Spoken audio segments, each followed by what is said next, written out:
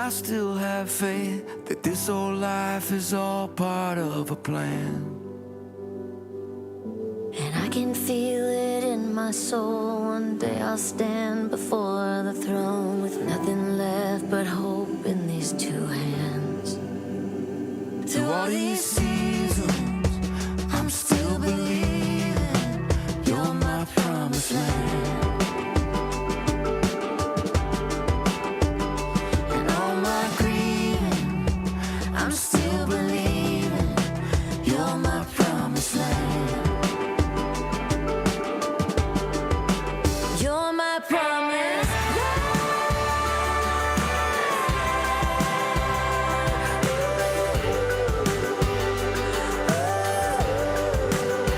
My promise.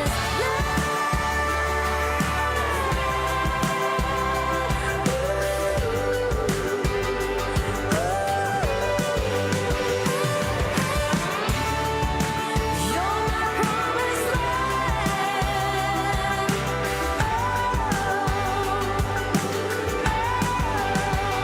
Well, happy Thursday, everyone. It is good to see you today.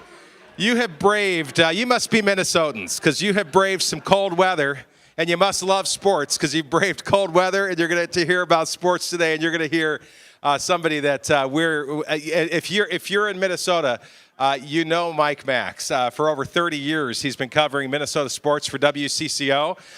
He just recently won the award. Mike, I don't know if you know about this award, but you have won the Brian Schulenberg Award. This is a big award, all right? For best sportscaster in the history of the universe ever, and there will never be another, all right? So there you go. That's a very prestigious award. Nobody else will ever have that award. But we're thrilled to have Mike with us, and I want to give him as much time as possible. I just want to let you know, for those of you who are visiting, this is something that the group sponsoring this is the Family Resource Initiative, and I get the chance to lead that. You've been served by a number of our staff as you've been coming in today, and it's just our privilege to have you here. If you like today, every Thursday, we have a lunch and learn, and you've been seeing those scroll today. We exist really to come alongside of people, no matter where they're at in life, to help them experience life even better.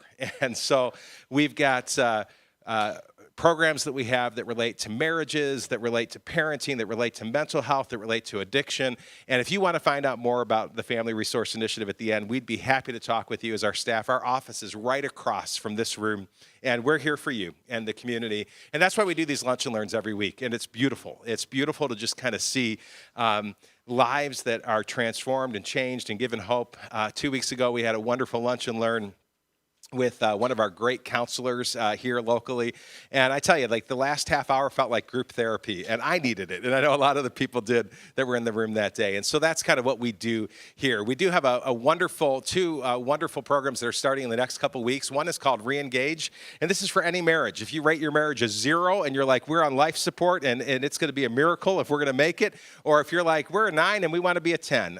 Re-Engage is for any marriage to encourage you. It's a 14-week program that begins on January 30th, ends on the 14th, and you can find out more information at our website about that.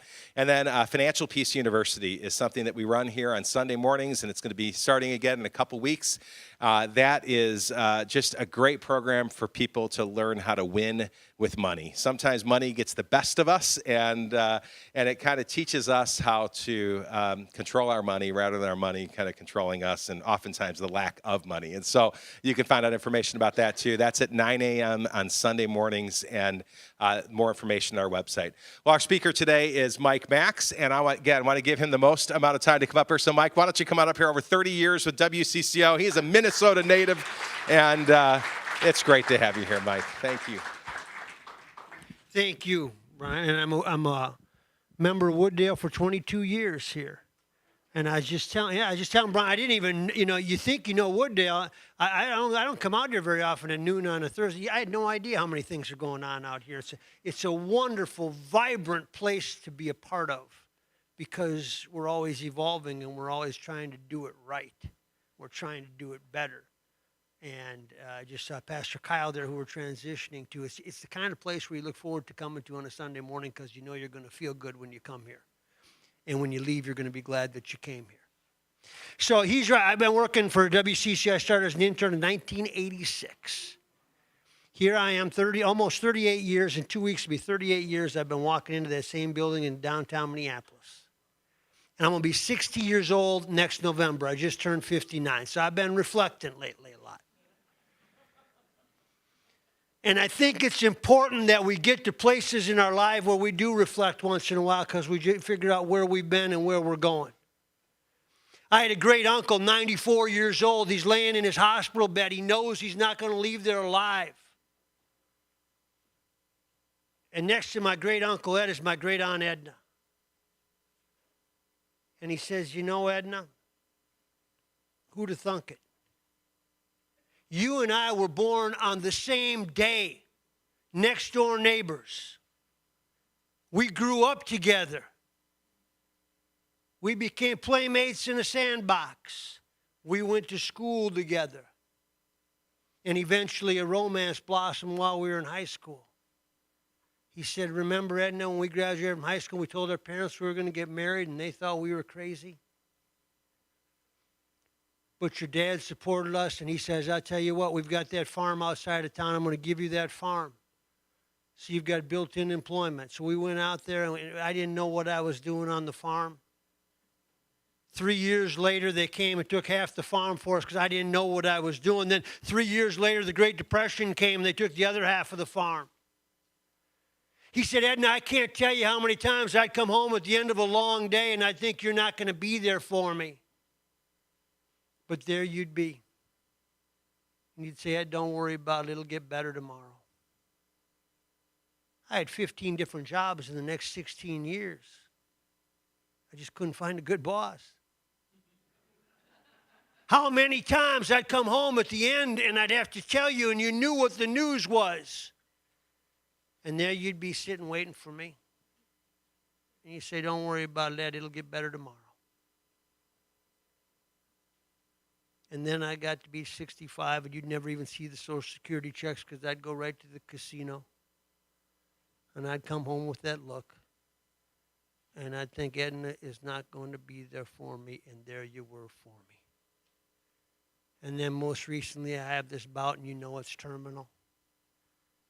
And here we sit, and you know I'm not going to leave here alive, and I've been thinking and reflecting, and I've had a lot of time to do that. He said, Edna, you are the only constant in my life. From day one, you have been with me. And you have never wavered. You have never left me. You have stayed right by my side through this whole frustrating, disappointing, miserable life that I have led. The one constant that I can say, Edna, is that you have been with me every step of the way. He said, I've been thinking a lot about that lately, Edna. And I think that you might be bad luck.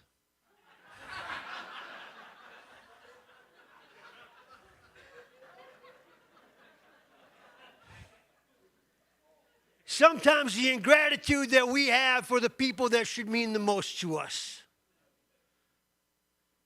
So I work in sports, but I don't work in sports.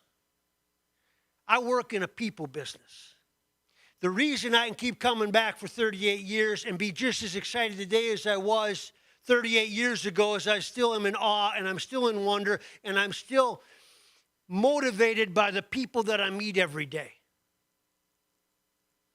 Because many times they show me the roadmap.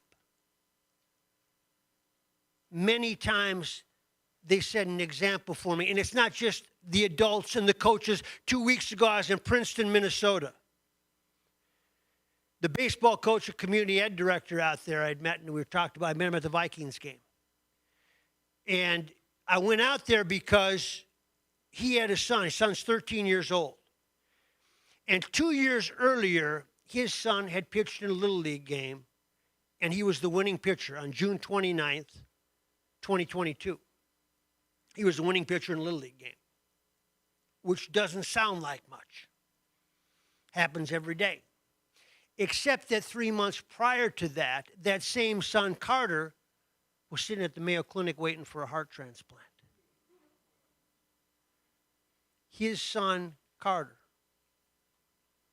at the Mayo Clinic, and his mom and he got the call at 4:30 in the morning that there was a donor and they needed to start prepping for surgery.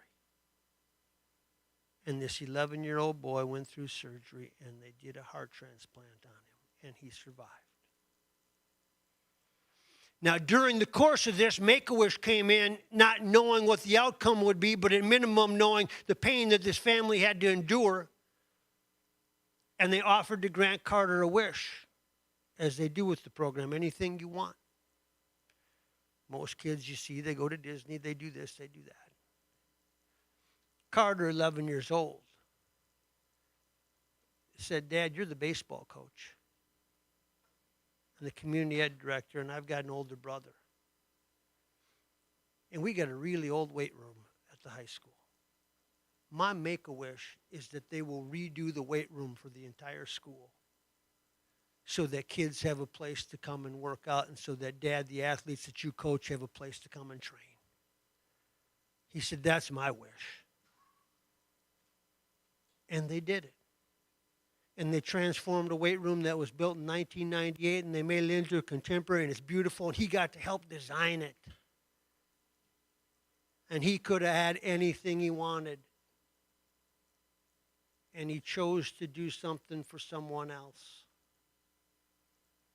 The Vikings heard about it.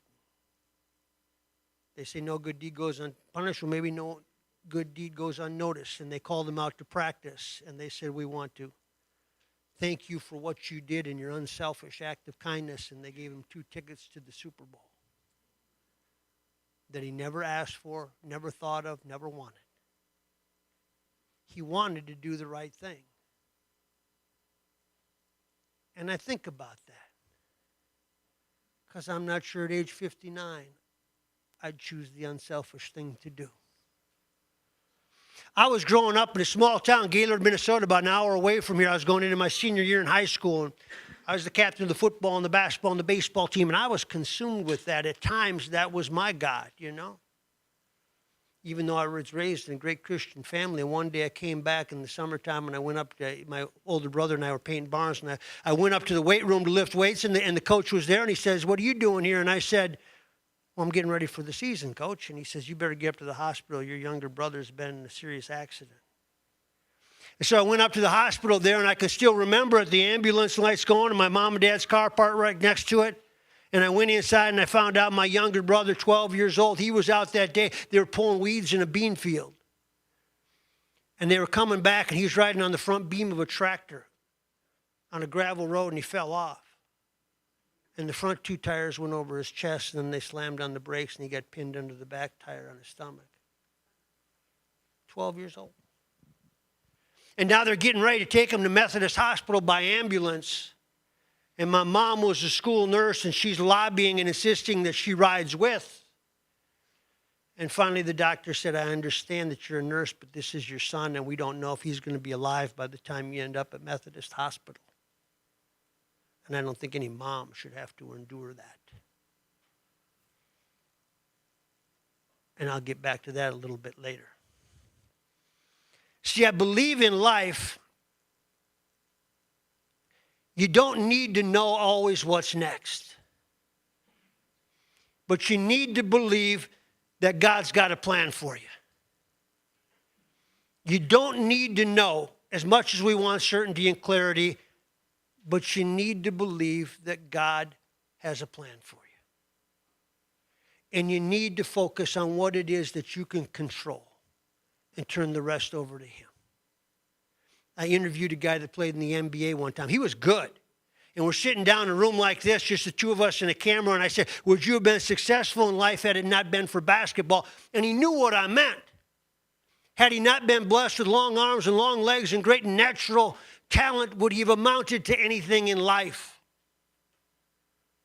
And he looked up at me, and he seared me with his eyes. And he said, yeah, I would have been successful in life because you're like everybody else. You don't get it. He said, you think I made it in basketball because I was blessed with natural talent, and I was. He says, but long before I knew basketball was going to be my vocation, my parents sat me down and they said, we don't know what you're going to do with your life, but we want you to know this. if you're going to be successful at anything, you got to take care of two things: your attitude and your effort. Your attitude and your effort. And here's the great thing: you get complete control over both. You get to decide what your attitude is every day, and you get to decide how much effort you put into this world. He said, so that's what I did, and then it happened to be basketball. And he said, there are kids that I grew up with that had just as much talent as I did that never got off the same playgrounds that I played on. Not because they weren't talented, because they didn't focus on their attitude and their effort and let the rest take care of itself. Now, some of you have heard of this guy because his name is Michael Jordan. And I would say he's the best basketball player ever in the world. I see my friend Butch Raymond here. Would you agree, Butch? Butch is a longtime great coach and a great Minnesota sports icon.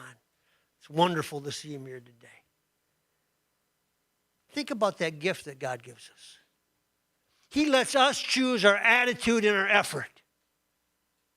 He allows us to decide how we're going to approach every day.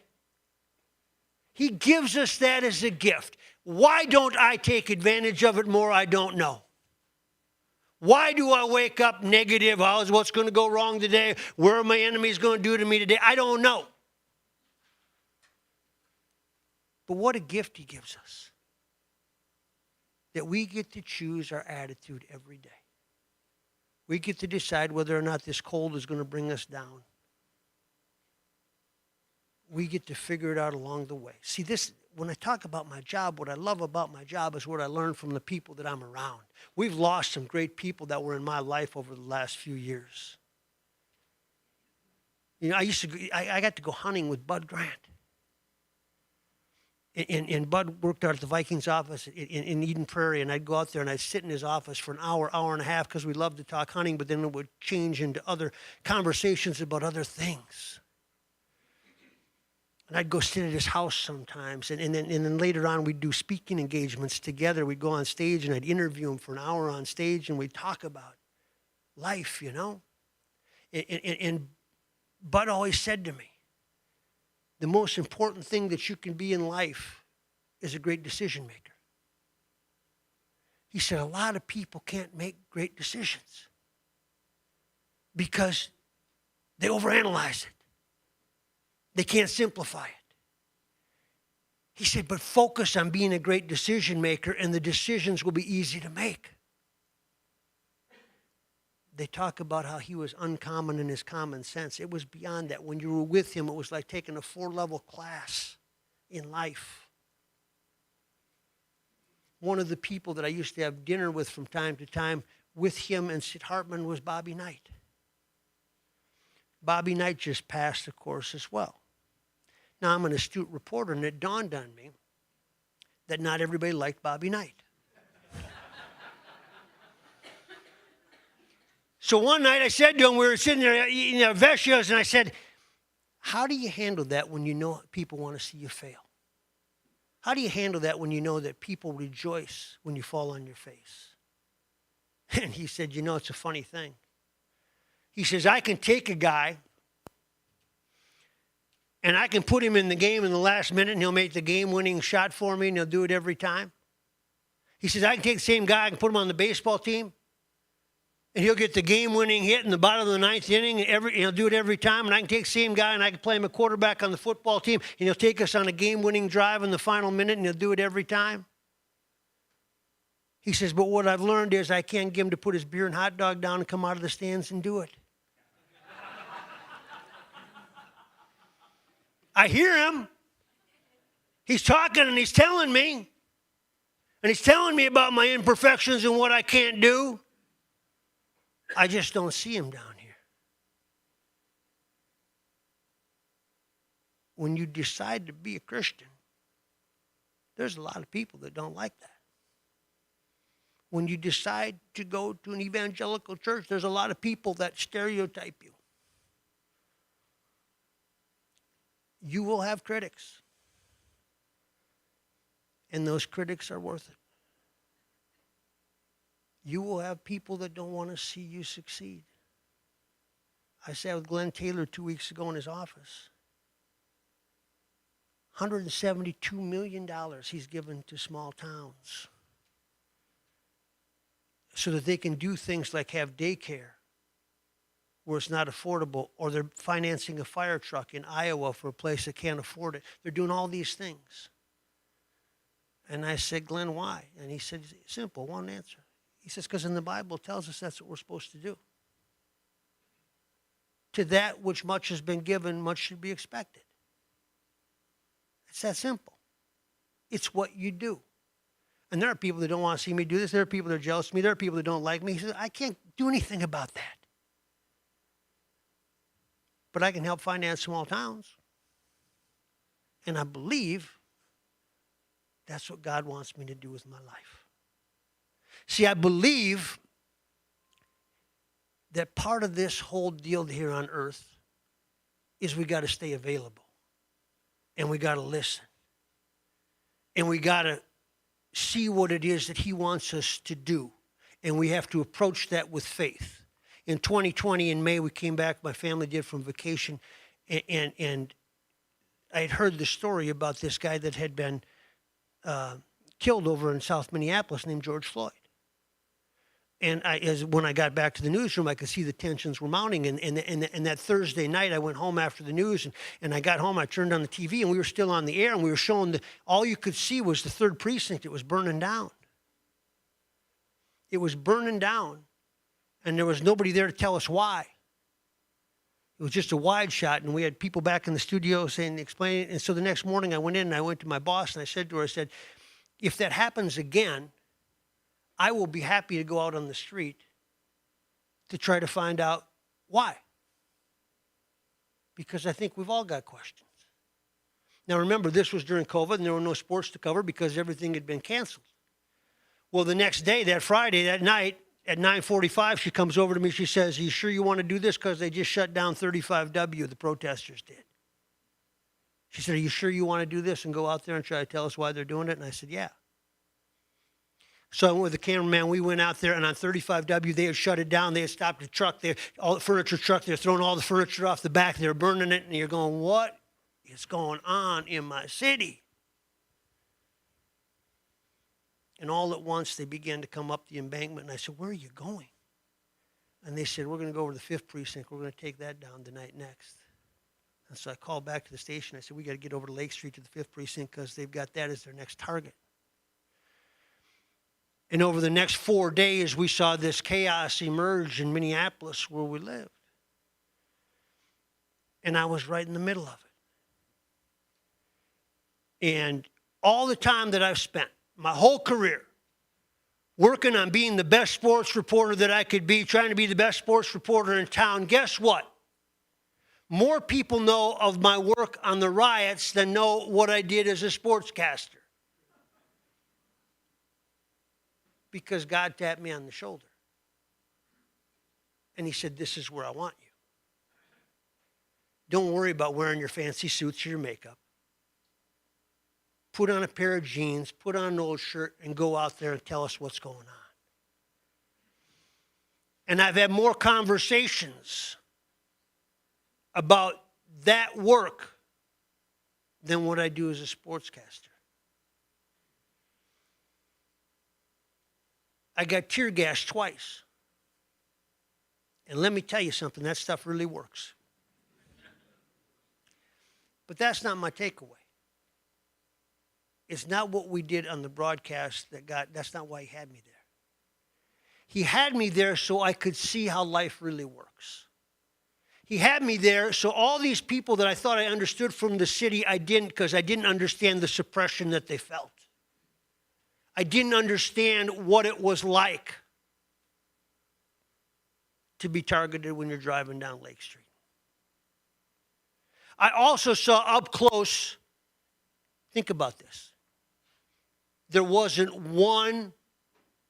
nobody got killed, nobody got beat up the whole time because law enforcement was outstanding. And they would walk right up to them and there would be this line and you'd go, uh-oh, this one, and they wouldn't budge. And they took a situation that could have been awful. And there wasn't one incident. Because our law enforcement and our National Guard were so good.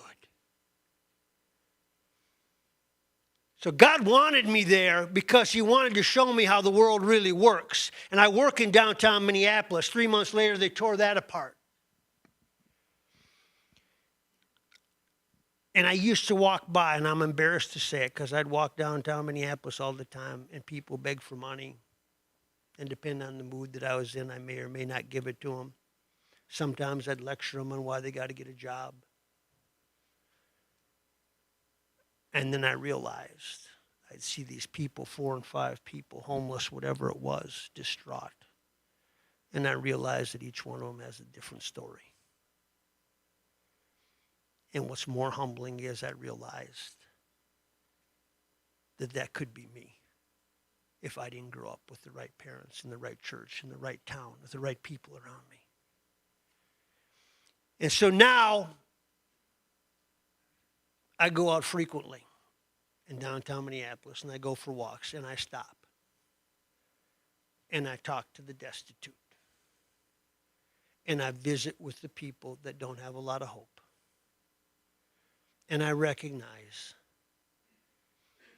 that there's a pretty good chance they've been drinking, or they've been taking fentanyl, or they've been whatever. But that's not why I'm out there. I'm out there and I quit walking by because I don't think Jesus would have walked by. I think if Jesus saw him on the corner, he'd stop and engage him. I think he'd listen to him. I think he'd try to give him a sense of hope.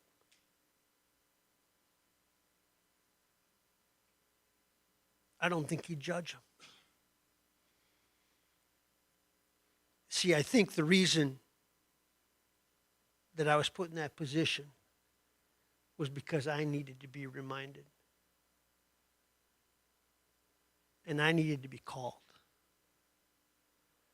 I have more good conversation, more fun sitting on the street corners in downtown Minneapolis with people that I used to just walk by. And they're sports fans, and they're this, and they're that, and we laugh.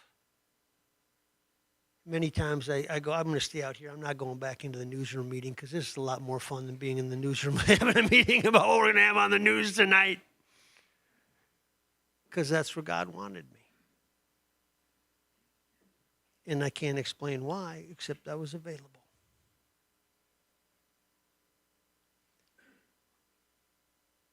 Make yourself available. Because there's so many things out there. Now, like I said, I'm going into the 4th quarter of my life. And I'm questioning every day what that's going to look like. And I'm wondering what it is that he wants me to do. And I wish that he'd give me more clarity today. But I also know that he's going to show me the way. And the reason I know that is he always has.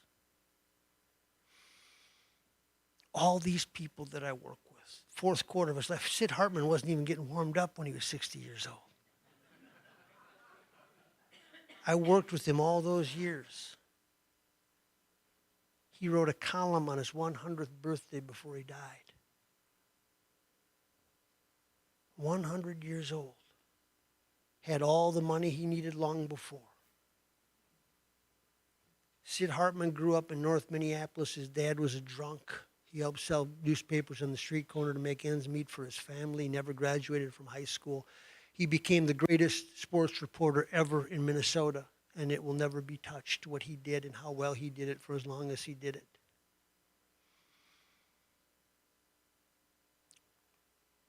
But that's not my takeaway from Sid Hartman. It's that he got up every day with a passion and a purpose. When they took his keys away, he hired a driver. When he broke his hip at age 95, he insisted on going home, and they said, you can't live on the top floor, so he had an elevator put in.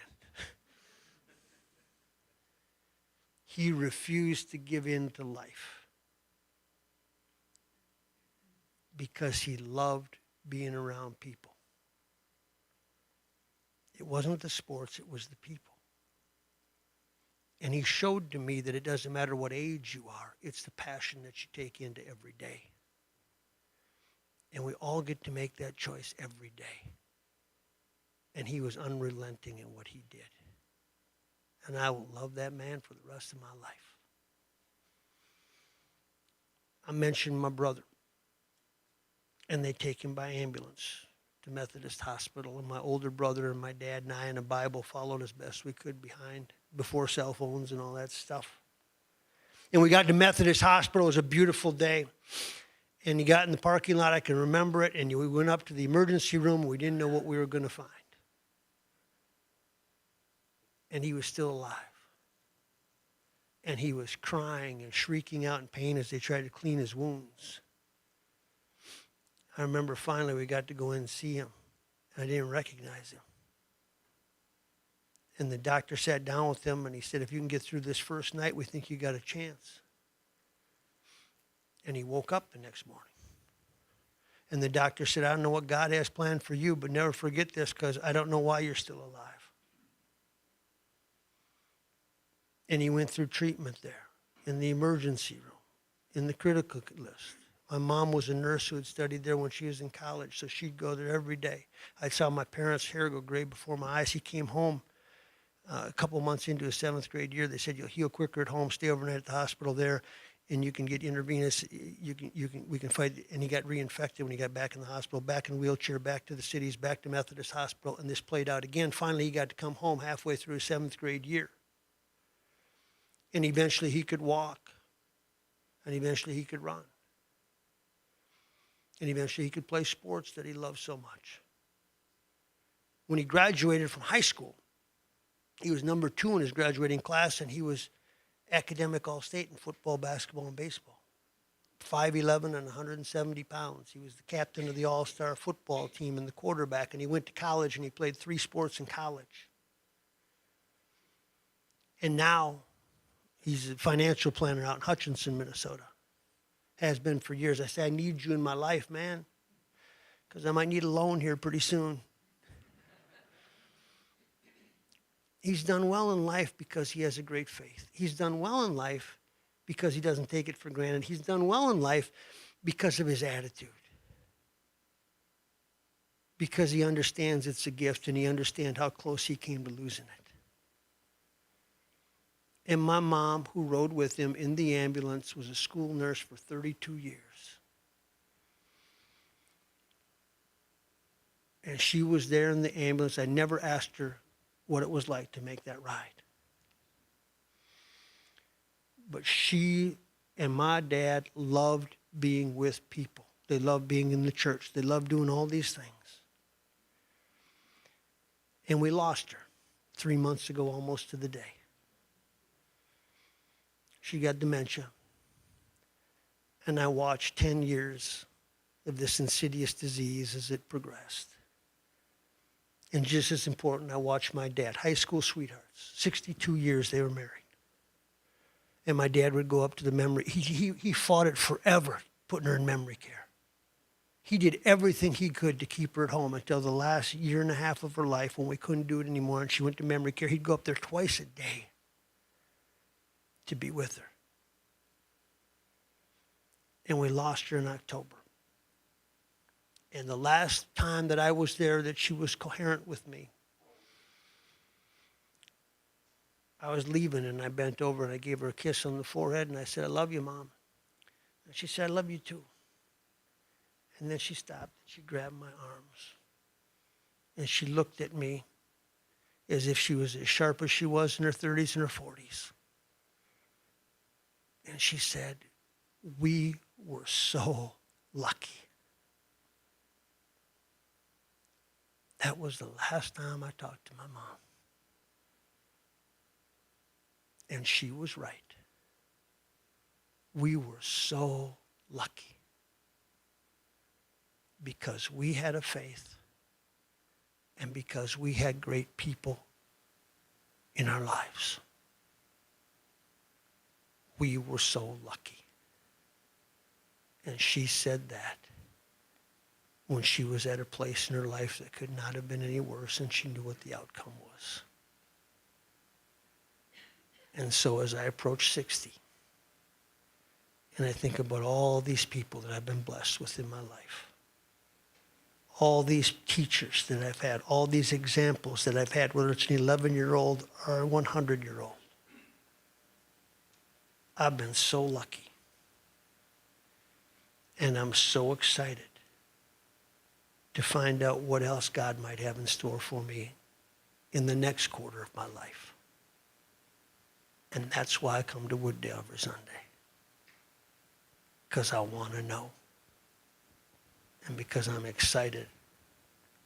Because he's never let me down my entire life.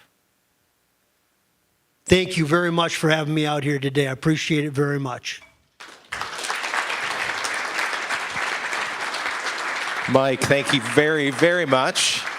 In just a few minutes, we're going to let Mike come back up. We're going to let him catch his breath for a second here, but many of you want to ask him questions about whether it's sports or it's people that he's interviewed or whatever. We're going to give you a chance to do that in just a second. While he catches that breath, we've got a few giveaways today that we want to do, though. So I want to find out if this is really a room full of sports fans. If any of you were at the World Series in 1991, all right, the Twins World Series, if that was, stand up for me. If you were at the World Series back then, all right, some people, yeah, you were there. You were okay. Got a lot of you. Okay, good. So we're going to eliminate this further. If you were born in the month of January, February, March, and you were still at that World Series game, stay standing. The rest of you sit down. All right, the rest of you sit down. Anybody? Anybody? All right. Hey, you two guys get some of the best coffee there is. All right. So, Supernova from Seven Corners upstairs is a fantastic coffee. And I can't even pronounce this one, but it smells really good. All right. So enjoy roasting that. And if you love coffee, any Timberwolves fans here? This is a sports themed thing. If you're a fan of can I say this? The first, it doesn't even sound right? The first place, #1 seed, Minnesota Timberwolves. Would you stand up for me? Okay. All my Timberwolves people in the room. The rest of you, shame on you. Look at this state. Come on. Come on. We're talking, all right, I've got 2 autographed cards here, folks, and an Anthony Edwards rookie that we're going to be giving away. All right, so if this is something that you could care less about, sit down, all right? But if you want, I've got Naz Reid, I've got Luka Garza autographs, all right? So the 2 best backups in the world, all right? And then Anthony Edwards, all right? You know what? If you're still standing up then, if you have been to at least one Timberwolves game this year, keep standing. The rest of you sit down. I'm going to find out who my real fans are, all right? Yeah, fans, nothing, all right? If you played basketball in high school, keep standing. Oh, look at that. All right. So not only are you fans of the Timberwolves, but you played. I knew we had a lot of athletes here, okay? And then we'll just say this. If you were born in the month of July, any July people here? Just raise your hand if that's you. July? August. There we go. Congratulations. All right. August Timberwolves fan. You got some autograph cards and a graded card of Anthony Edwards. All right.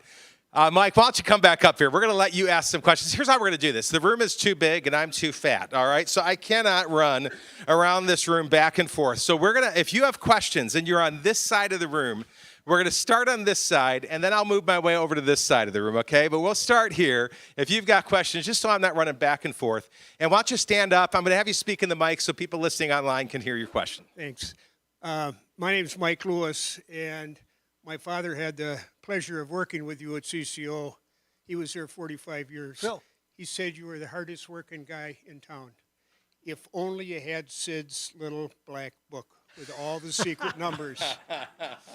My question is, Mike, so much is going on in sports today in the world, and the money is just so out of whack. A baseball player signs for $700 million.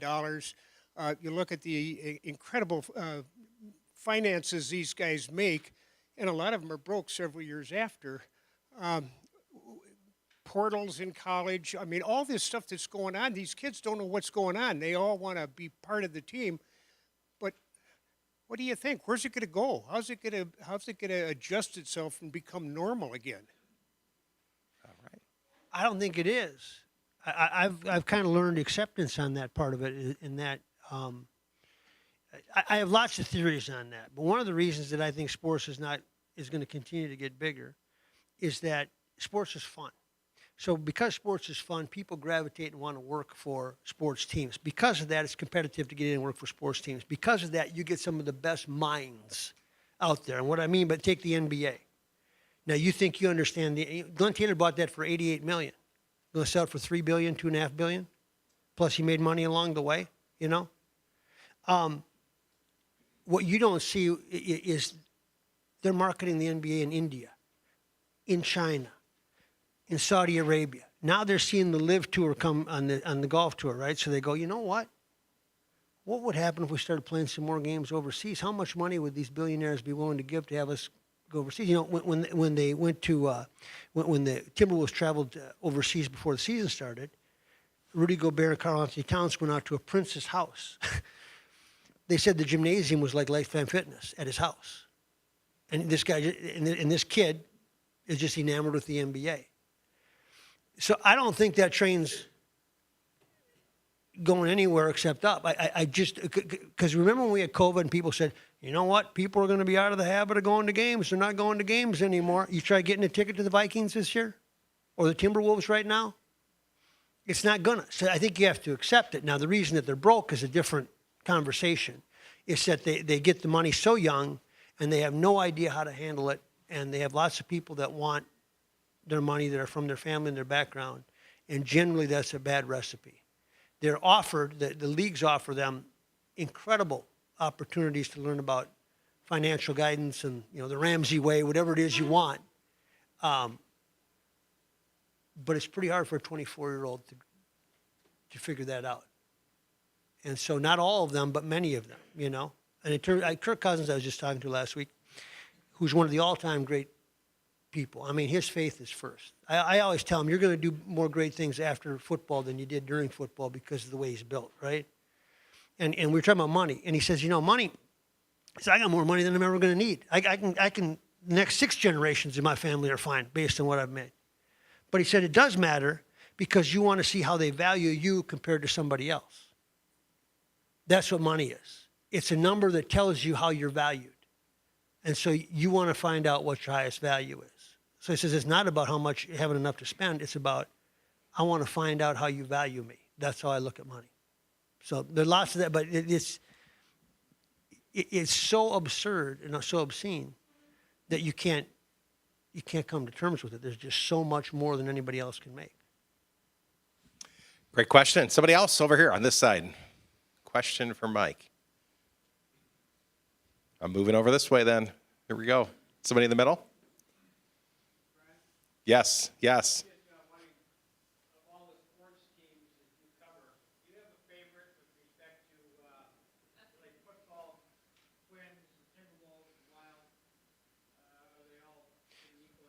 No, they're not equal. I like covering football the best, and the reason is there's 53 guys on the football roster and 20 coaches. That means I got 73 stories sitting right there. Really, I mean, you know, the NBA is fine to cover, but you really only want to talk to about 3 people. So those people get inundated all the time, and it's hard to do anything unique with them. The NFL has all these people out there that offer you, and I always vote the story. So of the teams that I cover, and I also like the NFL because it's once a week, so it's a big event. And during the week, we can control that, you know, the build up to the game. Whereas if it's the Twins and you do an interview with the guy that hit 2 home runs yesterday, he might strike out 4 times tomorrow, so you got to get back out there because the story changed. With football, it just crescendos at the end of the week. And I love that part of it. But that being said, it's still all about the people. And I'm going to Hope Academy this afternoon. Hope Academy is a small Christian school in South Minneapolis that they built years ago, and I've heard about this guy that started it. He's the superintendent of the schools, and I want to know what he did and what his thought process was, and what do they offer for athletics, and what does it mean? I'm much more drawn to that story than I am professional stories, you know. So categorically, teams, I take football, but I'd take a good human interest story that no other station has over anything else. Great answer. All right, somebody else? Question? Thought I saw something over this way. Somebody was raising their hand. Yes.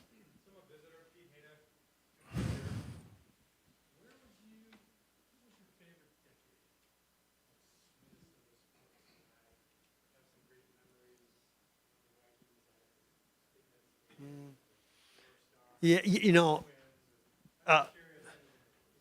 that's a great question. My favorite decade is when I could play sports, when I was still physically able to play sports. I played over 35 baseball until I was 44 here in Eden Prairie. But it's funny you said that because my family got season tickets to the Vikings in 1970. 4 couples from Gaylord. And each year, my dad would we had 3 boys, each of us got to go to one game with him. And we tailgate at Met Stadium. And I can remember the smells. I can remember what it looked like when we exited into the parking lot. I can remember tailgating. I can remember we'd sit behind the third base dugout, and as the opposing team would come out, and they were so big and their uniforms were so perfect, I can remember all of that. And I just watched the other night on YouTube the 1975 Hail Mary game. See, I don't even have to say any more than that, do I? Because I thought, you know what? The only thing I can remember is the play. I wonder what this looked like, and now they've upgraded video quality so much that I watched the game, and it was fascinating to see, to watch the game and to see how it was presented, back then, both from a technical standpoint and your memories get a little bit tainted over time. So that era in being introduced to sports through the Vikings at Met Stadium, I mentioned Bud Grant before. Never in my wildest dreams did I ever think I'd be hunting with him or doing speaking engagements with, some of these things that have come to fruition since. But they were the ultimate. We'd go get autographs after the game. We knew where they came out. That was the best to me. And then my dad was a high school coach, and he got out before I ever was in school, and he became a financial planner. But the high school teams when I was growing up, they were bigger than life to me, those athletes. And to go to those gyms or to get to shoot on that court, all those things. So all those things were in the 1970s for me. All right. Yes, right up here. Hey, Mike. Thanks for coming out. Hey, I got a question. C.J. Stroud for you. Yep. So I think those that got a lot of sports fans in here, I think most of us know he's the quarterback of the Texans.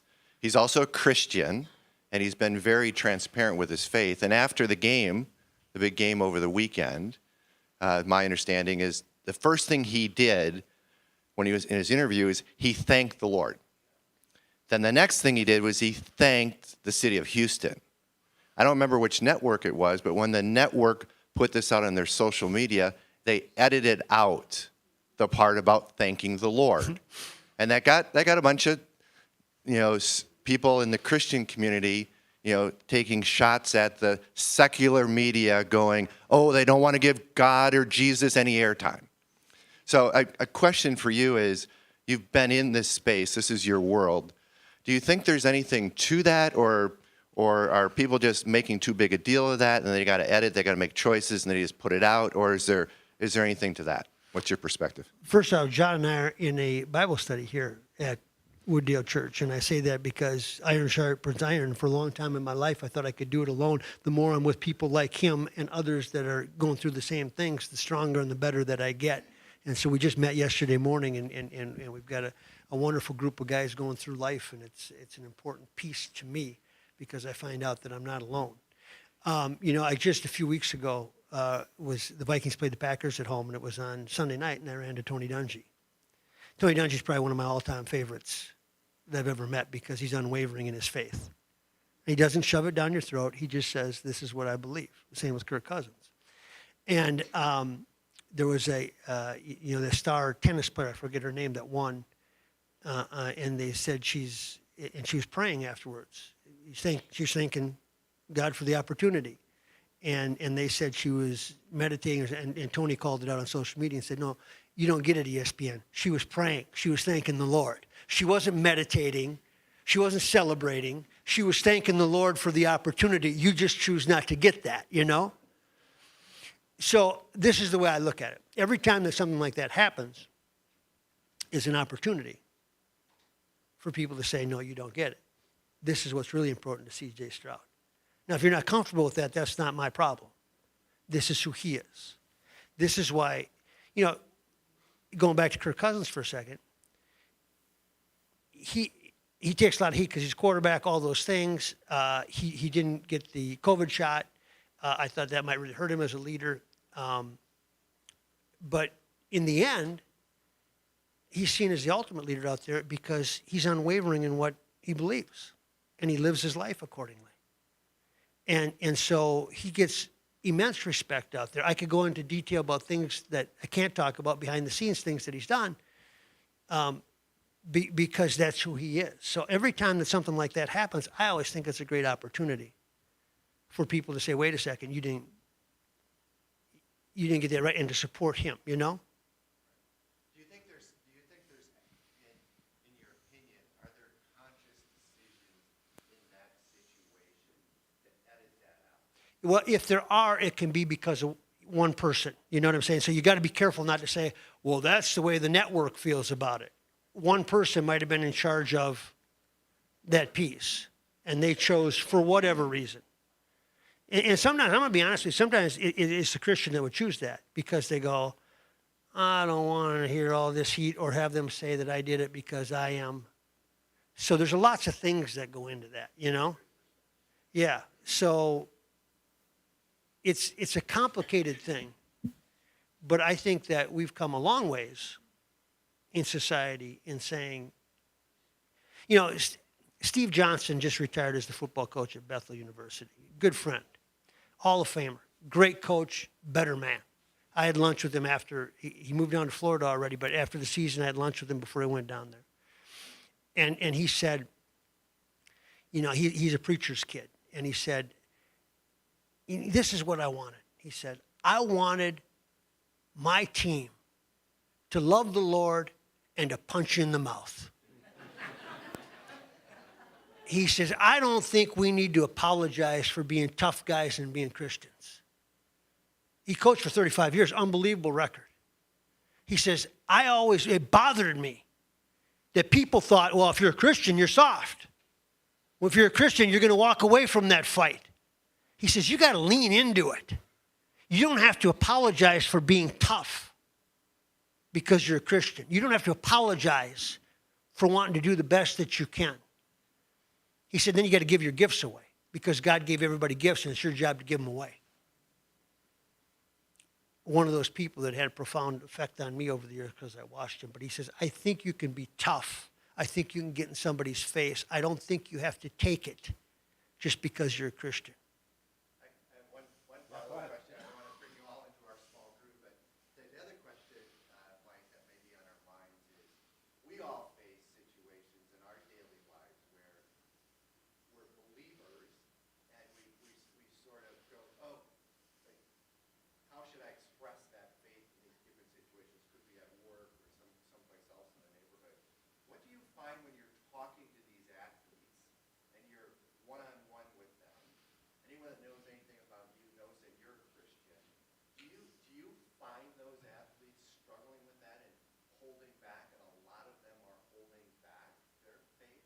Their Kirk Cousins don't, clearly, and a bunch of them do not. Do you have a perspective of how much they struggle with that? It's complicated because I think that there are athletes out. I think that most athletes are more devout than you think.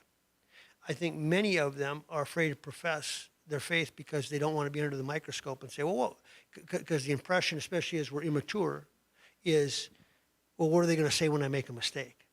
What are they going to say when I hot dog it? What are they going to say when I, get unsportsmanlike conduct? So I think some hold back that way as they grow into it. But from a reporter standpoint, it's really not my job to do stories on their faith or this. But my job is to profile people that you think are interesting. And if that happens to be part of who they are, the same way if they were an atheist and they say, I'm an atheist, it's the same thing. It's who they are. I don't decide the story, I just cover the story. But I don't think that, I think that the reason is it's not that they don't have it in their heart, it's that they don't feel like they're intellectually ready to have the conversation or to explain it because they just kind of know what they believe, All right. Going to go right here, front row. Just a quick comment, a big thank you, because when I was 16, I parked cars on 7th Street and 3rd Avenue downtown, and I parked Sid's car. The Cadillac? Maybe, I don't know, but he was not a patient guy, and he would leave his Really? car. He would drive it part of the way into the lot and leave the rest of the Cadillac hanging out the back. And we got tickets, and all these years I thought he was crabby, and he was clearly just passionate. Passionate. Yeah, That's what we as you said. So this is how smart he was, too. When he was a young kid, the Gophers were the big show in town before the Vikings. And this was just coming to be, right? So they found parking lots, he and his buddies, that guys owned, but nobody thought about charging for parking for the game. So they just took over these private parking lots and started charging people the parking lots that they didn't own. All right, we got one here, Mike. How does your faith fit with Frank and Amelia and Chris and the rest of the team at CCO? Great.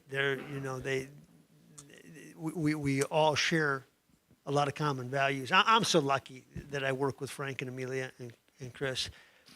Frank and Amelia,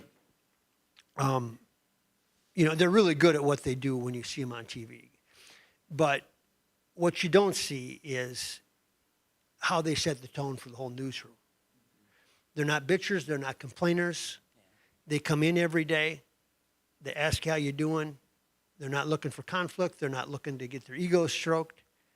And Chris Schaefer is just unbelievable. They're so fun to work with. And when you go on the set and you know that the people that you're working with want to bring out the best in you, that it's a real team thing and they want to see you shine, so they're working with you to try to bring out the best that you've got, it's incredible. I was out doing a story the other day in an equipment place, and they make clothing for lots of teams, and they had a Colorado. So I talked to the guy to give me the Colorado, because Frank went to University of Colorado. So I brought it back, and I did a big presentation for him. Game issued. This is as close as you're going to get to actually playing for the Buffs, the whole bit, So our relationships are great. Then the other piece of that is all of us have kids about the same age. I have a 20-year-old and 17-year-old. They're similar.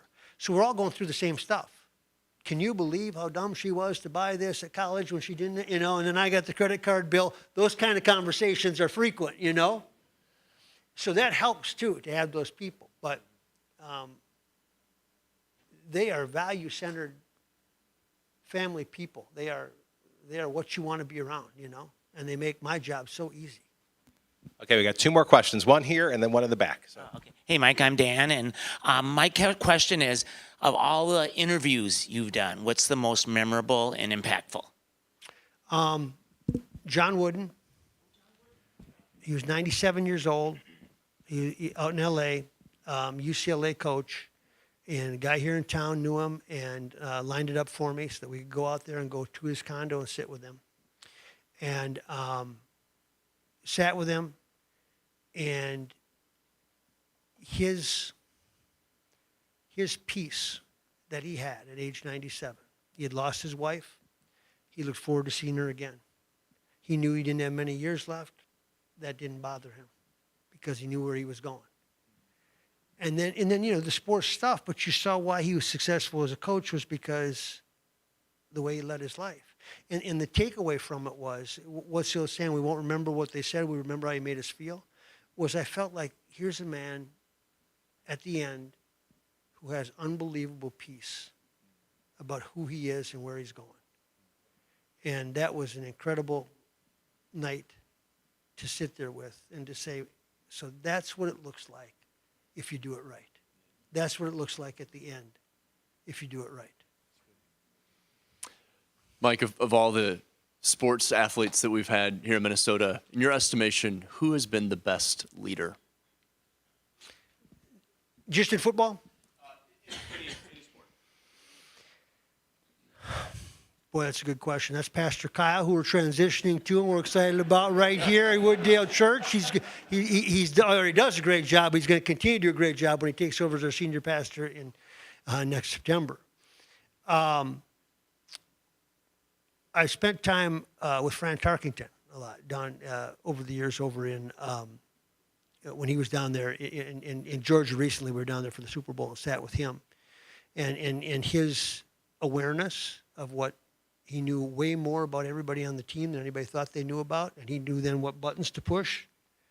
He knew who was on drugs. He knew who was a problem. He knew who was, they didn't know that he knew, but he knew. And I always admired his grittiness and his ability to take a team down the field. Kirby Puckett, unbelievable, because he wanted people to feel good in the clubhouse, but he also had a standard that he wouldn't compromise. He wanted to be the best, and it was out there, you know? And it was like his famous line, you know, jump on my back, I'm going to carry us tonight, boys. That was Kirby. He was unbelievable that way because everybody wanted to be around him and be like him. And he recognized the rookie that was struggling.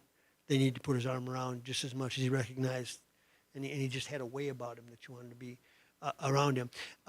You know, the greatest leader that I've ever seen in this town, though, wasn't not as a player, but it was Bud Grant. His absolute understanding of everything that was going on.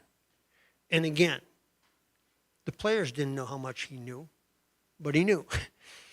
And he didn't have to say much because they knew when he said something, it mattered.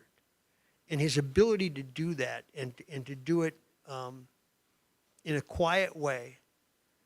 I can remember one time I was sitting in his office and a head coach for the Vikings at the time came in, and he was all upset because one of the players had gotten a DWI or something similar to.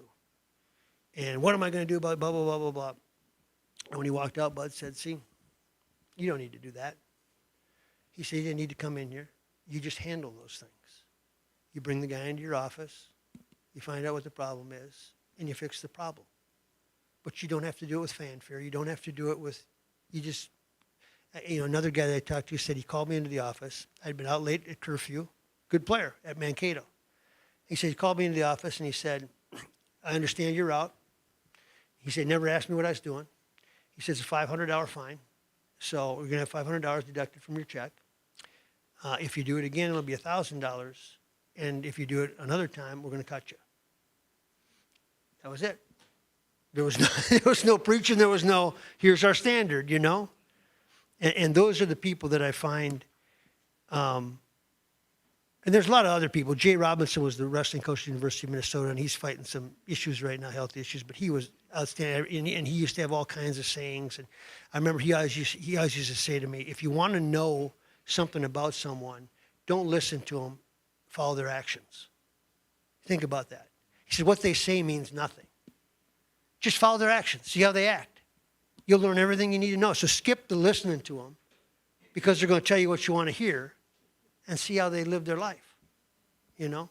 Jay also had into this, but he had this thing on his wall. And it was two guys in a jail cell. And it said, a good friend will come bail you out in the middle of the night, no questions asked. An even better friend will be sitting by you in the cell saying, boy, that was fun.